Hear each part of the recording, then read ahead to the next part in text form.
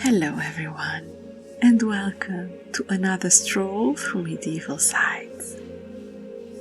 For this 19th day of Advent, I'm revealing one of my sanctuaries, a place where I truly feel at home in an inexplicable way, the Royal Abbey of Fontevraud.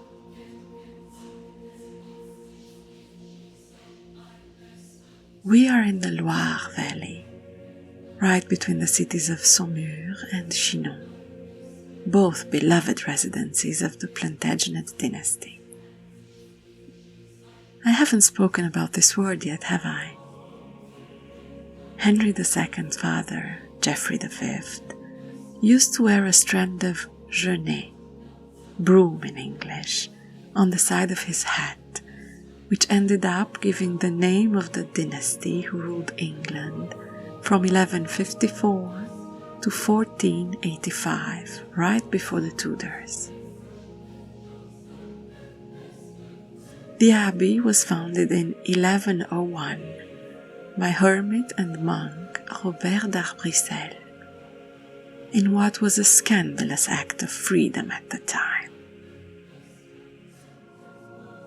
D'Arbrissel decided to create a mixed community of monks and nuns, and placed them under the authority of an abbess after his death.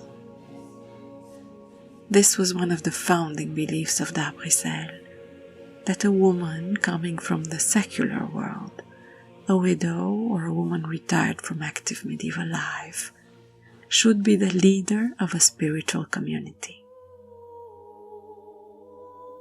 The line of abbesses to have led Fontevraud is impressive. From 1115 to 1792, 36 abbesses succeeded one another at the head of the Royal Abbey of Fontevraud.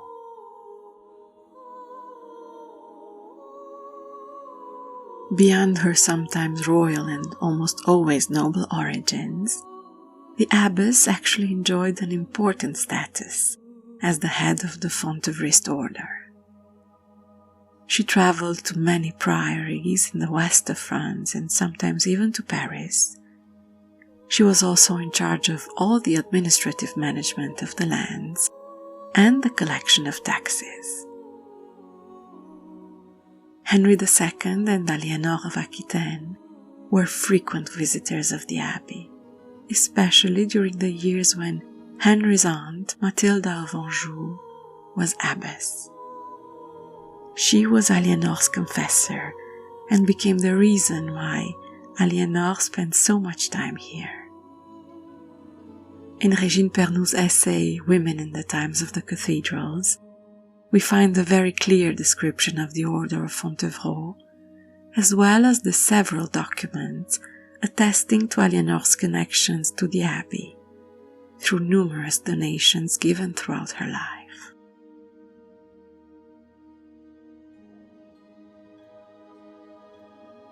At the death of Henry in the nearby fortress of Chinon, the decision was made to bury him at Fontevraud. Then, at the death of Richard, their second son, Aliénor chose to bring him here as well. Her exceptional longevity made her take all of the decisions as to the dynasty's necropolis. And towards the end of her life, she retired at Fontevraud for a few last years of peace.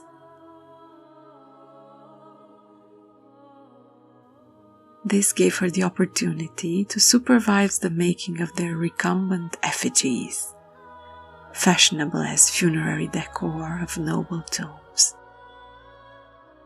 The legend tells us that she wanted to be remembered as the intellectual she was, so she chose to be represented while reading, which was not only unusual for women during their life, but also quite original for an effigy.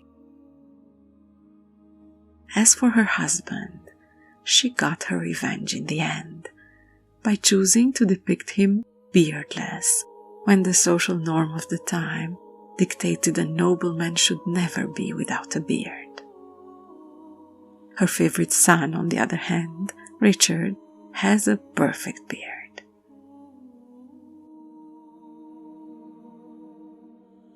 They sit at the heart of the Abbey, watching over their lands for eternity.